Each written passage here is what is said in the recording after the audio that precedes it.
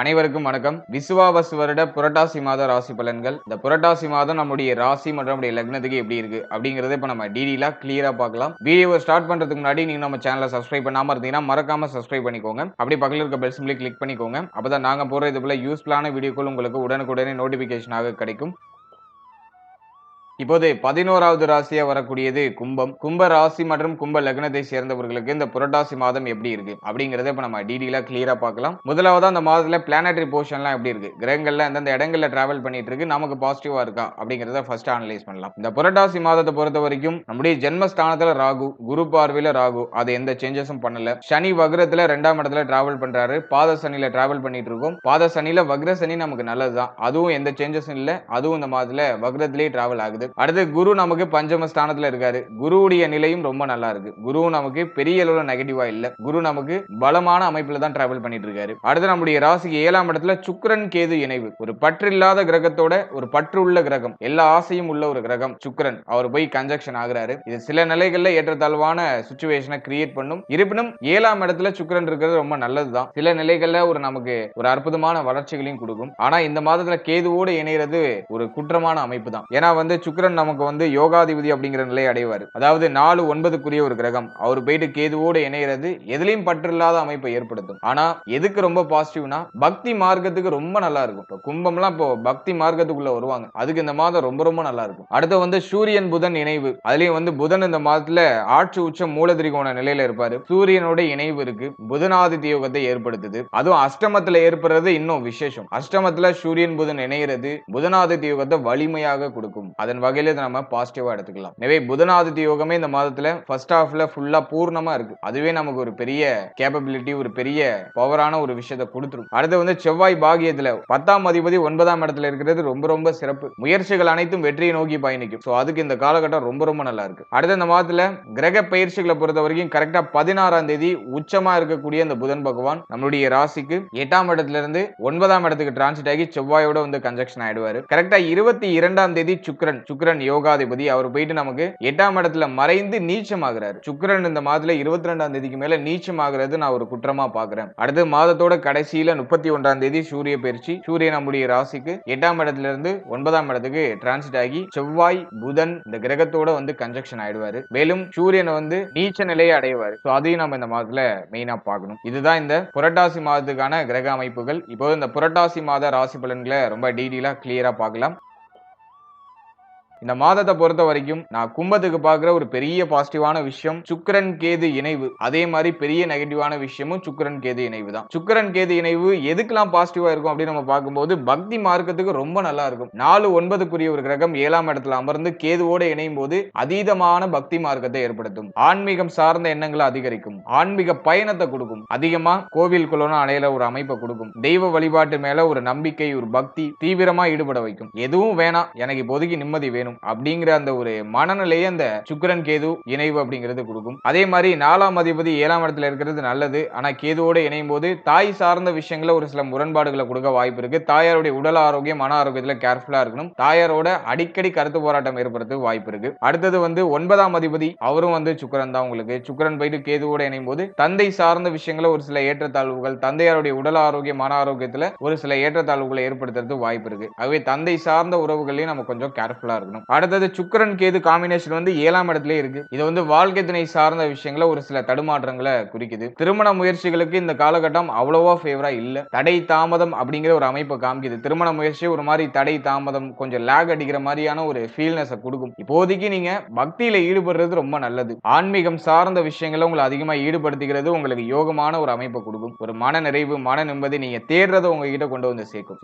அதை நான் பாசிட்டிவா பாக்குறேன். சுக்கிரன் கேது காம்பினேஷன் வரும்போது தியானம், யோகா இது சார்ந்த விஷயங்களையும் ஈடுபாட்டை கொடுக்கும். அதுவும் இந்த மாதத்துல கும்பத்துக்கு இருக்கிற ஒரு பெரிய பாசிட்டிவான விஷயம். நல்லா மெடிடேஷன் பண்றதுக்குலாம் அந்த காலகட்டம் ரொம்ப நல்லா இருக்கு. எனவே திருமண முயற்சியை பொறுத்த வரைக்கும் இந்த மாதம் ஹைப்பர் பாசிட்டிவா இல்ல, ஆனா பரவாயில்ல. அஷ்டமத்துல சூரியன் புதன் நினைவு இருக்கிறது. பிளஸ் செவ்வாய் நமக்கு பாகியத்துல இருக்கிறது. சோ இந்த காம்பினேஷன்லாம் வச்சு பார்க்கும்போது குருபலம் நமக்கு நல்லா தான் இருக்கு. அதனால திருமண முயற்சிகள்ல சுப செய்திகளை எதிர்பார்க்கலாம். தடை தாமதத்தோட ஒரு நல்ல செய்திகள் சேரும். இருப்பினும் இந்த மாதத்துல நமக்கு அது மேல சிந்தனையே போகாது. திருமண முயற்சி பண்ணுவோம் அப்படிங்கிற சிந்தனையே மேக்ஸிமம் வராது. மைண்ட் ஃபுல்லா வேற எதையோ தேடி பயணிச்சிட்டு இருக்கும். உங்களுக்கு திருமண தசை வந்துட்டு திருமண புத்தி வந்துட்டு அப்படின்னா நீங்க அதை செய்யலாம். அதுல ஒரு சுப செய்தி கிடைக்கும். ஆனா அது தடை தாமதத்தோட ஒரு சில குழப்பங்களுக்கு பிறகே அது அமையும். அதுல எந்த விதமான மாற்று கருத்தும் இல்ல.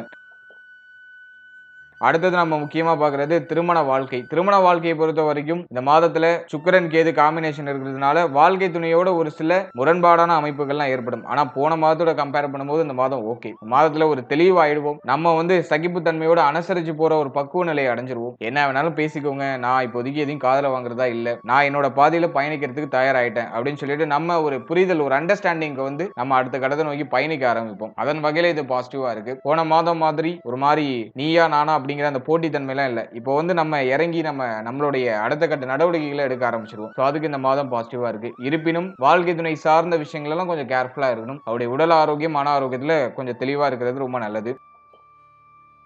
அடுத்தது நம்ம பார்க்கிறது 2ஆம் இடத்துல சனி வக்ரம். குடும்பத்தில இருந்த அதிகப்படியான பிரச்சனை எல்லாம் குறைஞ்சிரும். குடும்பம் சார்ந்த வகையில இருந்த அதிகப்படியான கவலைகளும் குறையும், தடுமாற்றங்கள்லாம் குறையும். அதே மாதிரி புதுசா ஏதாச்சும் வீடு வாங்கணும்னு ஆசைப்படுறீங்கன்னா அந்த வீடை வாங்கலாம். அதுக்கு இந்த காலகட்டம் பாசிட்டிவா இருக்கு. 2ஆம் அதிபதி 5ஆம் இடத்துல வலுத்த நிலையில இருக்காரு. அடுத்து இந்த மாதத்தை பொறுத்த வரைக்கும் பிள்ளைகள் சம்பந்தப்பட்ட விஷயங்கள ஒரு சில ஏற்றத்தாழ்வுகள் இருக்கும். ஆனா குரு 5ல இருக்கிறதுனால எதுவும் நெகட்டிவ்ல போய் முடியாது. பிள்ளைகளோட ஏதாச்சும் ஒரு சில கருத்து போராட்டம், பிள்ளைகளுடைய உடல் ஆரோக்கியம் சார்ந்த விஷயங்கள் ஏதாச்சும் ஒரு சில ஏற்றத்தாழ்வுகள் இதெல்லாம் இருக்கும். அதெல்லாம் மைல்டா இருக்கும். அதான் பெரிய அளவுல உங்களுக்கு பாதிப்பு கொடுக்காது. ஏன்னா குரு 5ஆம் இடத்துல இருக்கிறதுனால எல்லாத்தையும் அப்படியே ஓவராலா பேக் பண்ணி எடுத்துட்டு வந்துருவாரு. ஆனா இந்த நேரத்துல பிள்ளைகள் சம்பந்தப்பட்ட விஷயங்கள் எல்லாம் கொஞ்சம் நிதானமா, கவனமா, வெளியே அவசரப்படாம நீங்க டிராவல் பண்றது ரொம்ப நல்லது. நேரத்துல பிள்ளைகள் மேல அதிகமான கோவப்படுறதுக்குலாம் வாய்ப்பு இருக்கு. அதெல்லாம் நம்ம கொஞ்சம் குறைச்சு டிராவல் பண்றது ரொம்ப நல்லது. அடுத்த பிள்ளைகளுக்கு சுப விசேஷம், சுப மாற்றம் பண்றதுக்கு முயற்சி பண்ணுவீங்க. சோ அதெல்லாம் உங்களுக்கு ஒரு நல்ல ரிசல்ட் கொடுக்கும். பிள்ளைகள் சார்ந்த கவலைகள், குழப்பங்கள்லாம் குறையும். அதுலயும் இந்த மாதத்துல முதல் 16 நாட்கள் கொஞ்சம் ஏற்றத்தாழ்வா இருக்கிற மாதிரி இருக்கும். 16ஆம் தேதிக்கு மேல எல்லாமே நமக்கு பாசிட்டிவா மாறிடும். அடுத்தது நம்ம மெயினா பார்க்கிறது குழந்தை பாக்கியம் இல்லாதவங்களுக்கு குழந்தை பாக்கியத்துல ஒரு சில தடை தாமதத்துக்கு பிறகு சுப செய்திகள் கிடைக்கும். ஏன்னா புதன் அஷ்டமத்துக்கு போயிட்டாரு. 5ஆம் அதிபதி அஷ்டமத்துல, அதுவும் ஆட்சி உச்ச மூல திரிகோண நிலையில இருக்காரு. எனவே ஒரு சில தடை தாமதம், ஒரு சில மருத்துவ செலவுகளுக்கு பிறகு சுப செய்திகளை நீங்க எதிர்பார்க்கலாம். அந்த ப்ராசஸ்ல இருக்கீங்கன்னா அப்படியே லைட்டா ஒரு மாதிரி குழப்புற மாதிரி குழப்பி அப்படியே இது சுப செய்தி, ஒரு மகிழ்ச்சியான செய்தியை குடும்பத்துல கொண்டு வந்து சேர்த்துரும். சோ அதை நான் பாசிட்டிவா பாக்குறேன். அடுத்தது நம்ம முக்கியமா பார்க்கிறது 9ஆம் இடத்துல செவ்வாய், 10ஆம் அதிபதி 9ஆம் இடத்துல. தொழில் உத்தியோகத்துல இருந்த தொய்வு நிலை சரியாகும். தொழில் உத்தியோகம் சார்ந்த வகையில ஒரு நிம்மதியான மாற்றம் கிடைக்கும். குரு பார்வையில வேற செவ்வாய் இருக்காரு. கர்மாதிபதி தர்மஸ்தானத்துல. ரொம்ப ரொம்ப நல்ல அமைப்பு. நிறைய பேருக்கு உத்தியோக மாற்றம் ஏற்படும், தொழில் மாற்றம் ஏற்படும். உத்தியோகம் தொழில் இல்லாதவங்களுக்கு அந்த உத்தியோக தொழில் வாய்ப்புகள் அமையும். இப்போ நீங்க முயற்சி பண்ணீங்கன்னா அது வெற்றி. தொழில் உத்தியோகம் சார்ந்த வகையில நீங்க என்ன ட்ரை பண்ணாலும் அது உங்களுக்கு சக்சஸ்ல போய் முடியும். ஏன்னா 3ஆம் அதிபதி நமக்கு 9ஆம் இடத்துல. ஆகவே நீங்க என்ன ட்ரை பண்ணாலும் அது உங்களுக்கு பாசிட்டிவா முடியும். அதே மாதிரி நிறைய பேருக்கு உத்தியோகம் இது சார்ந்த விஷயங்கள ப்ரமோஷன் கிடைக்கும். பதவி உயர்வு, சம்பள உயர்வு, உங்களுடைய மேல் அதிகாரிகளால ஆதாயம், மேல் அதிகாரிகளுடைய ஒத்துழைப்பு, ஆதரவு இதெல்லாம் சிறப்பான முறையில் கிடைக்கும். அதெல்லாம் அந்த நேரத்தில் நான் ஒரு பாசிட்டிவா நான் பார்க்கிறேன். எனவே தொழில் உத்தியோகம் இந்த மாதத்துல எந்த பிரச்சனையும் இல்ல. நீங்க சூப்பரா நகர்த்தலாம். ஒரு கோல்டன் பீரியட் நான் சொல்லுவேன். அடுத்த பொருளாதார அபிவிருத்தியை பொறுத்த வரைக்கும் குரு 11ஆம் இடத்துல நல்ல நிலையில இருக்காரு. மாதத்தோட ஃபர்ஸ்ட் ஹாஃப்ல மட்டும் கொஞ்சம் பொருளாதார ரீதியா ஒரு சில தடுமாற்றம், பொருளாதார ரீதியா தேவைகள் அதிகமா இருக்கிற மாதிரி ஃபீல் ஆகும். ஆனா 16ஆம் தேதிக்கு மேல எல்லாமே சரியாயிடும். 16ஆம் தேதிக்கு மேல உங்களுடைய ஆசைகள், உங்களுடைய எண்ணங்கள் நிறைவேற ஆரம்பிக்கும். நீங்க ஆசைப்பட்ட விஷயங்களை வாங்குறதுக்கு தேவையான பொருளாதாரம்லாம் உங்களுக்கு கிடைச்சிடும். ரொம்ப நாளா பிளான் பண்ணி வச்சிருந்த விஷயத்தெல்லாம் இந்த மாதத்துல வாங்குவீங்க. வீட்டுக்கு தேவையான புதுசா ஏதாச்சும் பொருட்கள் வாங்குறது, உங்களுக்கு தேவையான ஏதாச்சும் புதுசா ஏதாச்சும் கேஜெட் வாங்குறது, அதுக்கெல்லாம் இந்த மாதம் பாசிட்டிவா இருக்கு. குறைந்த பட்சம் ஏதாச்சும் ஆடையாச்சும் எடுப்பீங்க, உடுத்த உடை ஏதாச்சும் எடுப்பீங்க. அதுக்கெல்லாம் அந்த மாதம் பாசிட்டிவா இருக்கு. பொருளாதார அபிவிருத்தி மாதத்தோட செகண்ட் ஹாஃப்ல ரொம்ப நல்லா இருக்கு. ஃபர்ஸ்ட் ஹாஃப்ல கொஞ்சம் தடுமாற்றங்கள் இருக்கு. ஆனா அது எதுவும் நெகட்டிவ்ல இல்ல, எல்லாத்தையும் சமாளிக்கிற அளவுல தான் இருக்கு. அடுத்து கடன் பிரச்சனை ஏதாச்சும் இருக்குன்னா அந்த கடனை கட்டி முடிக்கிறதுக்கான வாய்ப்புகள் கிடைக்கும். கடன் சார்ந்த விஷயங்கள்ல இருந்த தொல்லைகள், தொந்தரவுகள்லாம் விலகும். அதுக்கு இந்த மாதம் பாசிட்டிவா இருக்கு. அடுத்தது மாணவ மாணவிகளை நம்ம அனலைஸ் பண்ணும்போது சூரியன் புதன் இணைவு ஒரு பெரிய பாசிட்டிவான விஷயம். அதுவும் அஷ்டமத்துல இருக்கிறது. புதனாதித்ய யோகத்தினால கல்வி சார்ந்த விஷயங்கள்ல மாணவ மாணவிகளுக்கு வளர்ச்சி டெஃபினட்டா இருக்கும். படிப்பு சார்ந்த வகையில இருந்த தொய்வு நிலைகள்லாம் சரியாகும். படிப்புல நீங்க எதிர்பார்த்த ரிசல்ட்டை நிச்சயமா நீங்க அடையலாம். நல்லா போக்கஸ்டா இருக்க முடியும். சோ படிப்பு சார்ந்த விஷயங்கள்லாம் இப்போ நல்லா இருக்கு. ஸ்டூடெண்ட்ஸுக்கு இந்த காலகட்டம் ரொம்ப நல்லா இருக்கு. ஃபர்ஸ்ட் ஹாஃப் ஸ்டூடெண்ட்ஸுக்கு ரொம்ப பாசிட்டிவா இருக்கு. செகண்ட் ஹாஃப் காட்டிலும் ஃபர்ஸ்ட் ஹாஃப் ரொம்ப பாசிட்டிவா இருக்கு. அதே மாதிரி நிறைய பேருக்கு வெளியூர், வெளி மாநிலத்துல போய் படிக்கிறதுக்கான வாய்ப்பு கிடைக்கும். படிப்பு சார்ந்த வகையில நீங்க என்ன எதிர்பார்த்தீங்களோ அந்த விஷயத்தை நீங்க இப்ப அடைய முடியும். அதுக்கெல்லாம் அந்த மாதம் பாசிட்டிவா இருக்கு. அடுத்து உடல் ஆரோக்கியம் சார்ந்த விஷயங்களை பொறுத்த வரைக்கும் இந்த மாதத்துல அஷ்டமம் 7ஆம் இடம், அதே போல நம்முடைய ஜென்மஸ்தானம், சனி வந்து 2ஆம் இடத்துல வக்ரம். சோ இந்த காம்பினேஷன்லாம் வர்றதுனால இந்த டைமிங்ல உங்களுடைய உடல் ஆரோக்கியத்துல டிஃபால்ட்டா கவனமா இருக்கணும். ஹெல்த் மட்டும் உங்களை இப்போ ஒரு மாதிரி ஒரு பாடாப்படுத்துறதுக்கு வாய்ப்பு இருக்கு. ஏன்னா வந்து உடல் ஆரோக்கியம் சார்ந்த விஷயங்களை பொறுத்த வரைக்கும் 8ஆம் இடம் ரொம்ப முக்கியம். 8ஆம் இடத்துல பாவகிரகங்களோ அல்லது உஷ்ணத்தன்மை வாய்ந்த ஒரு கிரகமோ வந்து அமரும் போது அது உடல்ல உஷ்ணத்தன்மையை அதிகப்படுத்தும். இப்ப சூரியன் வந்து உங்களுக்கு 8ல இருக்கிறதுனால உஷ்ணத்தால ஏற்படக்கூடிய பிரச்சனைகள், அதே மாதிரி உடல் பருமன் திடீர்னு குறையிறது, ரொம்ப இழைச்சு போறது, இந்த கழிவு நீக்க உறுப்புகள், வயிறு சம்பந்தப்பட்ட விஷயம், இதுல எல்லாம் ஏதாச்சும் பிரச்சனைகள், குழப்பங்கள் ஏதாச்சும் வருது, தலை முகம் சார்ந்த விஷயங்கள் ஏதாச்சும் பிரச்சனைகள் வருது, இந்த ஸ்கின் டிசீஸ் ஏதாச்சும் வருது. சோ அதுக்கான வாய்ப்புகள் இருக்கு. அதனால உடல் ஆரோக்கியத்துல டிஃபால்ட்டா கவனமா இருக்கணும். அதே போல யோசனைகளை நீ அப்படியே குறைச்சுக்கணும். ஓவரா திங்க் பண்றதெல்லாம் இப்ப விட்டுறணும். ஜென்ம ஸ்தானத்துல ராகு இருக்கும்போது ஓவரா திங்கிங்க கொடுக்கும். குரு பார்வையில இருக்கிறதுனால எல்லாம் மேனேஜபிளா இருக்கும். போன மாதத்துல பார்த்த மாதிரி குருடைய பார்வையில ராகு இருக்கிறதுனால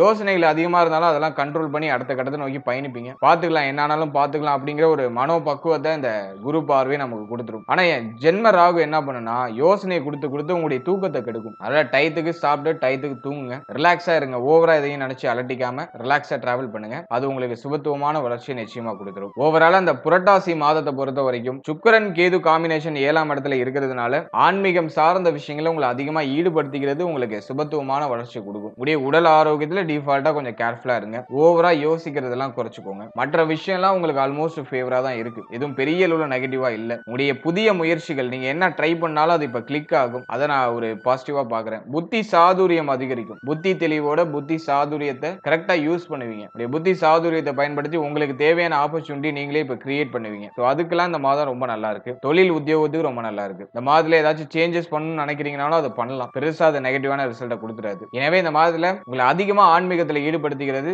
உங்களுக்கு இன்னும் ஒரு இன்பமான ஒரு வளர்ச்சியை கொடுக்கும். வாழ்த்துக்கள்.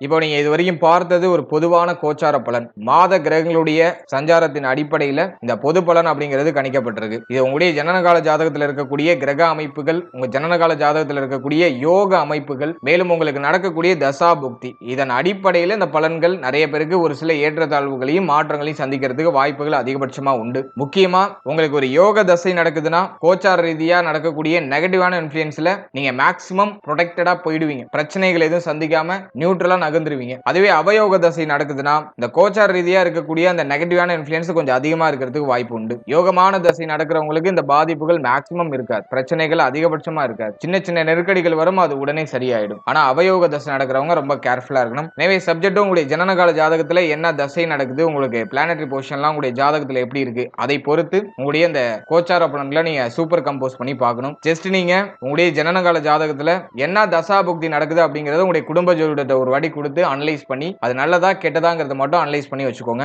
அதோட இந்த கோச்சாரத்தை நீங்க சூப்பர் கம்போஸ் பண்ணும்போது உங்களுக்கு இன்னும் தெளிவான ஒரு கிளாரிட்டி கிடைக்கும். மேலும் நம்மளுடைய சேனல்ல இதுக்கு முன்னாடி சனி வக்ர பயிற்சிக்கான சிறப்பு பலன்கள் ரொம்ப டீடைலா ரிலீஸ் பண்ணிருக்கோம். இந்த வீடியோக்கான லிங்க் டிஸ்கிரிப்ஷன்ல இருக்கு. டைம் இருக்கும்போது அதையும் செக் பண்ணி பாருங்க. அது மூலமாவும் உங்களுக்கு ஒரு தெளிவு கிடைக்கும். மேலும் நம்மளுடைய சேனல்ல ஒரு ராசி, ஒரு லக்னம், ஒரு நட்சத்திரம், இது எல்லாத்துக்கும் பொது சிறப்பு பலன்கள் அப்படிங்கறத நம்ம ரிலீஸ் பண்ணிருக்கோம். வாழ்க்கை பலன் அப்படிங்கிற செக்மெண்ட்டை ரிலீஸ் பண்ணிருக்கோம். சோ அந்த பலன்களை நீங்க இன்னும் பார்க்கலனா அந்த பலன்களையும் ஒரு வாட்டி ட்ரை பண்ணி பாருங்க. அதுக்கான லிங்க் டிஸ்கிரிப்ஷன்ல இருக்கு. அந்த பதிவுல நீங்க பார்க்கும்போது உங்களை பற்றிய, உங்கள் வாழ்க்கை பற்றிய ஒரு தெளிவு, ஒரு புரிதல் உங்களுக்கு டெஃபினட்டா கிடைக்கும். சோ அதை நீங்க பார்க்கலனா அதை ஒரு வாட்டி ட்ரை பண்ணி பாருங்க. டைம் இருக்கும்போது பாருங்க. டிஸ்கிரிப்ஷன்ல லிங்க் இருக்கு. And finally very limited time. So be cool, stay happy, stay healthy and enjoy. வாழ்த்துக்கள். நன்றி.